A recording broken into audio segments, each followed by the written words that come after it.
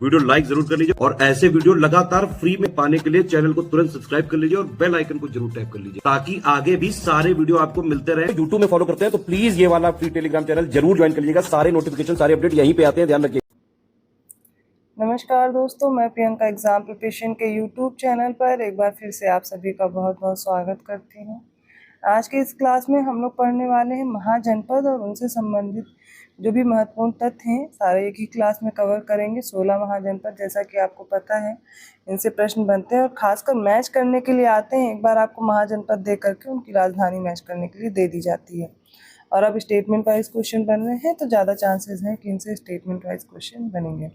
तो पूरी क्लास ध्यान से देखिए। अगर आप न्यू हैं इस चैनल पर तो डेली दोपहर 1 बजे क्लास देख सकते हैं मेरे साथ और रात को 9 बजे प्रैक्टिस सीरीज चल रही है। और इसके साथ साथ जो बच्चे RO एग्ज़ाम देने वाले हैं, खासकर जो बच्चे पहले एग्ज़ाम दे चुके हैं उनके लिए भी मैं कहूँगी आप रिवीजन के लिए या फिर जो नए बच्चे हैं वो भी प्रैक्टिस कर सकते हैं। तो क्रैश कोर्स के साथ आप अपनी तैयारी और अच्छी कर सकते हैं, जो कि स्टडी फॉर सिविल सर्विसेज के ऐप पे मिल जाएगा कोर्स। और इसके लिए आपको ऐप डाउनलोड करना होगा गूगल प्ले स्टोर से और जो भी कोर्स परचेज कर रहे हैं ज्ञान से कूपन कोड है अप्लाई करेंगे, आपको 20% का डिस्काउंट भी मिल जाएगा।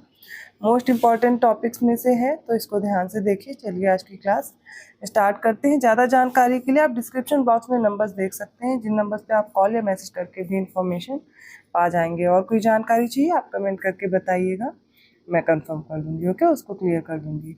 तो चलिए आज की क्लास स्टार्ट करते हैं। सबसे पहला जो महाजनपद है वो है अंग। तो सबसे पहले पढ़ेंगे अंग के बारे में, ठीक है। तो ये जो अंग है इसकी राजधानी चंपा है, जिसका पहले नाम हुआ करता था मालिनी, ठीक है। प्राचीन नाम मालिनी था और चंपा इसकी राजधानी थी। अंग की चंपा याद रखिएगा। अब अगर आधुनिक समय में पूछ लिया जाए तो इसका क्षेत्र था बिहार। बिहार में कौन सा? आधुनिक भागलपुर और मुंगेर वाला क्षेत्र। ज़्यादातर प्रश्न इससे ये भी बनते हैं कि यूपी में कौन कौन से महाजनपद हैं जो स्थित है, उन सारे के आपको नाम और लोकेशन याद रखनी होगी, ठीक है। तो ये बिहार वाला है। अंग कहाँ पर था? बिहार में था, जो आधुनिक भागलपुर और मुंगेर में स्थित है। प्रमुख नगर इसमें चंपा जो एक बंदरगाह था, अश्वपुर और भद्रिका, ठीक है। शासक कौन थे यहाँ पर? तो बिंबिसार के समय यहाँ का शासक ब्रह्मदत्त था और ब्रह्मदत्त को मगध के शासक बिंबिसार ने पराजित करके अंग को मगध में मिला लिया था। अगली जो है महाजनपद जो अगला है वो है अवंती, ठीक है। तो अवंती की राजधानी थी उज्जैनी और माहिष्मती। तो क्षेत्र क्या था? उज्जैन क्षेत्र से लेकर नर्मदा नदी तक जो क्षेत्र था MP वाला वो अवंती में आता था। इसके शासक थे महावीर स्वामी और गौतम बुद्ध के समकालीन थे। शासक था चंद्र प्रद्योत। प्रमुख नगर इसमें कुरारगढ़ था, मक्करगढ़ था, सुदर्शनपुर था। तो पुराणों के अनुसार अवंती के संस्थापक हैहय वंश के लोग थे और बिंबिसार ने वैद्य जो जीवक था इसको चंद्र प्रद्योत के उपचार के लिए भी भेजा था। अवंती के बारे में जान लीजिए। इस महाजनपद के 2 भाग थे। कौन कौन से? उत्तरी अवंती थी जिसकी राजधानी थी उज्जैनी, जो दक्षिणी अवंती थी उसकी राजधानी महिष्मती थी। बुद्ध काल में अवंती की राजधानी उज्जैनी हुआ करती थी। अगला महाजनपद है वत्स। इसकी राजधानी थी कौशाम्बी, जो वर्तमान इलाहाबाद और बांदा जिला है। तो मतलब ये यूपी में स्थित है वत्स। तो इसका क्षेत्र क्या था? तो इलाहाबाद और मिर्जापुर वाला जिला है यूपी का, वो क्षेत्र इसमें शामिल था। इसके शासक गौतम बुद्ध और बिंबिसार के समकालीन थे। उदयन यहाँ का शासक था। उदयन के साथ चंद्र प्रद्योत और अजातशत्रु का संघर्ष रहता था। चंद्र प्रद्योत ने अपनी पुत्री जो वासदत्ता थी इसका विवाह किया था उदयन से। गौतम बुद्ध के शिष्य थे पिंडोल। इन्होंने उदयन को बौद्ध दीक्षा दी थी और कालांतर में अवंती ने वत्स पर अधिकार किया और अंततः से शिशुनाग ने वत्स को मगध में मिला लिया था। फिर अगला जो महाजनपद है वो हो जाएगा अश्मक। तो अश्मक की जो राजधानी थी वो पोटल या पैथान थी। प्राचीन नाम था इसका प्रतिष्ठान, ठीक है। इसका क्षेत्र क्या था? तो नर्मदा और गोदावरी नदियों के बीच का जो क्षेत्र है आंध्र प्रदेश का वो आता था। इसकी स्थापना, इसमें शासक कौन शामिल थे? तो इसकी स्थापना इक्ष्वाकु वंश के शासक थे मूलक, इनके द्वारा की गई थी और ये एकमात्र महाजनपद था जो दक्षिण भारत में स्थित था। तो ये स्टेटमेंट बन सकता है कि एकमात्र महाजनपद कौन सा था जो दक्षिण भारत में स्थित था, या स्टेटमेंट बन सकता है कि एकमात्र महाजनपद था जो दक्षिण में स्थित था वो वत्स था। तो आपको याद रखना होगा ये तो यूपी में है, ये गलत हो जाएगा स्टेटमेंट। जातक के अनुसार यहाँ के शासक प्रवर अरुण ने कलिंग पर विजय प्राप्त की थी और अपने राज्य में मिलाया था। कालांतर में अवंती ने अश्मक राज्य पर विजय प्राप्त की थी। अगला जो है इम्पोर्टेंट वो है काशी। तो ये भी यूपी में स्थित है। तो इसकी राजधानी थी बनारस या वाराणसी। इसका क्षेत्र जो भी वाराणसी के समीप का क्षेत्र था वो सारा आता था।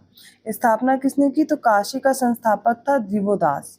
शासक कौन थे? तो काशी का शासक था अजातशत्रु, और अजातशत्रु के समय ही काशी मगध का हिस्सा बना था। काशी का सर्वप्रथम उल्लेख आप देखेंगे अथर्ववेद में मिलता है। जातक के अनुसार राजा दशरथ और राम काशी के ही राजा थे। काशी वरना और 80 नदियों के किनारे बसा हुआ था। काशी सूती वस्त्र और अश्व व्यापार के लिए प्रसिद्ध था। काशी का सबसे शक्तिशाली शासक कौन था? तो ब्रह्मदत्त था। अगला महाजनपद है कौशल, जो कि इसकी राजधानी श्रावस्ती या कुशावती या अयोध्या आप देख लेंगे थी। तो जो क्षेत्र था इसमें आधुनिक अवध फैला हुआ था, जैसे फैजाबाद, गोंडा, बहराइच, ये सारा क्षेत्र किसमें? कौशल में आता था। ये भी यूपी का है, सरयू नदी के तट पर है। तो शासक कौन थे? तो बुद्ध के समकालीन यहाँ का शासक प्रसेनजीत था। और कौशल के प्रमुख नगर जो थे श्रावस्ती था, अयोध्या था और साकेत थे। बुद्ध काल में कौशल के 2 भाग हो गए थे। तो उत्तरी जो भाग था उसकी राजधानी श्रावस्ती हो गई, और जो दक्षिणी भाग था उसकी राजधानी साकेत थी। अगला जो महाजनपद है वो है कुरु। तो कुरु की राजधानी क्या थी? इंद्रप्रस्थ या हस्तिनापुर। तो बुद्ध के समकालीन यहाँ का शासक कौन था? तो कौरव था। इसके अलावा इसका उल्लेख आपने महाभारत और अष्टाध्यायी में भी देखा होगा, है ना, कौरव के बारे में। तो इस महाजनपद के अंतर्गत मेरठ, दिल्ली, थानेश्वर ये सारे क्षेत्र आते थे। अगला महाजनपद है पांचाल। तो पांचाल की जो राजधानी थी वो अहिच्छत्र और काम्पिल्य थी। इसका शासक था चुलामी ब्रह्मदत्त। और इस महाजनपद के अंतर्गत बरेली, बदायूं, फर्रुखाबाद ये सारे क्षेत्र आते थे। इसका भी उल्लेख आपने महाभारत और अष्टाध्यायी में देखा है। तो प्रारंभ में इसके 2 भाग थे। पहला तो उत्तरी पांचाल था जिसकी राजधानी अहिच्छत्र थी, और दक्षिणी पांचाल था जिसकी राजधानी काम्पिल्य थी। तो पंचाल महाजनपद के अंतर्गत कानिकुब्ज का प्रसिद्ध नगर स्थित था। और पंचाल जनपद की जो सीमाएं हिमालय के तलहटी से लेकर दक्षिण में चंबल नदी तक फैला था। पूर्व में कौशल से पश्चिम में कुरु जनपद तक ये विस्तारित था। अगला महाजनपद है सूरसेन या शूरसेन। इसकी राजधानी थी मथुरा। यहाँ के शासक जो थे वो यदुवंशी भगवान कृष्ण थे। मेगस्थनीज की पुस्तक इंडिका में सूरसेन का उल्लेख भी मिलता है। और यहाँ बुद्ध का समकालीन शासक अवंतीपुत्र था।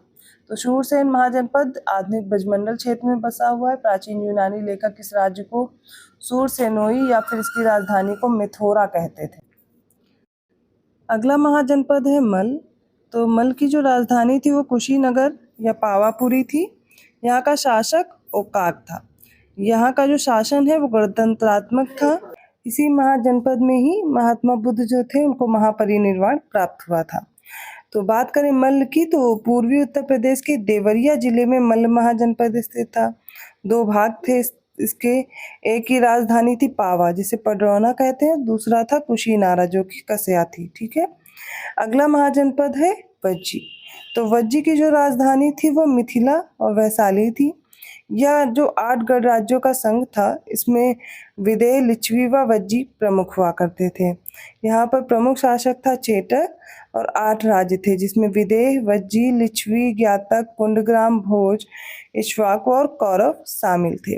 तो यहाँ जो शासन प्रणाली थी वो गणतंत्रात्मक थी। समस्त वज्जी संघ की जो राजधानी है वो वैशाली की स्थापना इक्ष्वाकु वंशी विशाला ने की थी। अगला महाजनपद है कंपोज जिसकी राजधानी थी हाटक। वैदिक युग में राजपुर कहते थे। तो यहाँ पाकिस्तान का जो रावलपिंडी, पेशावर, काबुल घाटी ये सारे क्षेत्र शामिल थे। और यह क्षेत्र श्रेष्ठ घोड़ों के लिए प्रसिद्ध था। महाभारत में यहाँ के 2 शासक चंद्रवर्मन और सुदक्षिण इनकी चर्चा की गई है। फिर आ जाते हैं चेदी। तो चेदी की राजधानी थी सोथीवती या सुक्तिमती। तो यहाँ महाभारत कालीन राजा शिशुपाल राज किया करता था जिसका वध किया था भगवान कृष्ण ने सुदर्शन चक्र के द्वारा। ये कहानी आपने सुनी होगी। और इस क्षेत्र में मध्य प्रदेश और बुंदेलखंड का जो यमुना क्षेत्र है, यमुना नदी वाला क्षेत्र, वो शामिल है। 6ठी शताब्दी ईसा पूर्व में आधुनिक बुंदेलखंड के पूर्वी और उसके जो समीपवर्ती भाग हैं वो चेदी महाजनपद में स्थित थे। नेक्स्ट है गांधार। तो गांधार जो महाजनपद है इसकी राजधानी थी तक्षशिला। यहाँ का शासक था पुष्कर सरीन। बिंबिसार के समकालीन था यह पुष्कर सरीन। ठीक है। और इसमें आधुनिक पेशावर, रावलपिंडी का क्षेत्र शामिल था। गांधार के शासक द्विवंशी थे और यहाँ का जो क्षेत्र था वो ऊनी वस्त्र के उत्पादन के लिए प्रसिद्ध था। गांधार महाजनपद का दूसरा प्रमुख नगर था पुष्प कलावती। फिर आ जाता है मत्स्य महाजनपद, तो इसकी राजधानी थी विराटनगर और इसमें राजस्थान के अलवर, जयपुर, भरतपुर ये सारे क्षेत्र शामिल थे। मनुस्मृति में मत्स्य के कुरुक्षेत्र, पंचाल और सूरसेन को ब्राह्मण मुनियों का अधिवास और ब्रह्मर्षि देश कहा गया है। अगला महाजनपद है मगध। तो मगध की राजधानी क्या थी? तो गिरिव्रज, राजगीर या राजगृह थी। तो आधुनिक जो बिहार का पटना और गया वाला जिला है, यहाँ तक ये मगध विस्तारित था।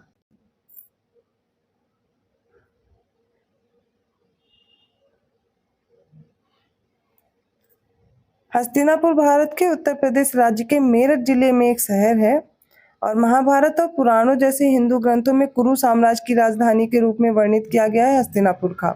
तो हस्तिनापुर का उल्लेख जो है प्राचीन जैन ग्रंथ में भी किया गया है और हस्तिनापुर गंगा नदी के दाहिने तट पर स्थित है।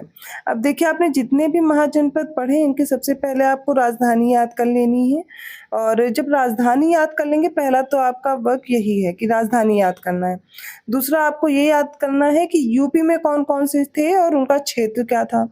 ठीक है, इसको याद करने के बाद में जो और जानकारी दी गई है फिर आप उनको तैयार करेंगे। 3 बार में आपको इन सब चीज़ों को क्लियर करना है और आज ही ये क्लास जो आपकी हुई है, आप कोशिश कीजिए इस टॉपिक को आज ही प्रिपेयर भी कर लें। अगर वीडियो अच्छा लगा तो प्लीज़ लाइक कीजिए, चैनल को सब्सक्राइब कीजिए और लोगों को शेयर करते रहिए। और इस चैनल से अगर आपको ज़रा सी भी हेल्प मिल रही है तो प्लीज़ सब्सक्राइब करना मत भूलिएगा, ज़्यादा से ज़्यादा शेयर कीजिए। और पेड कोर्स के लिए मैंने बताया डिस्क्रिप्शन बॉक्स में नंबर दिया गया, आप इन पर कॉल या मैसेज करेंगे तो आपको इन्फॉर्मेशन प्रोवाइड कर दी जाएगी। मैं मिलती हूँ अगली क्लास में, तब तक के लिए धन्यवाद।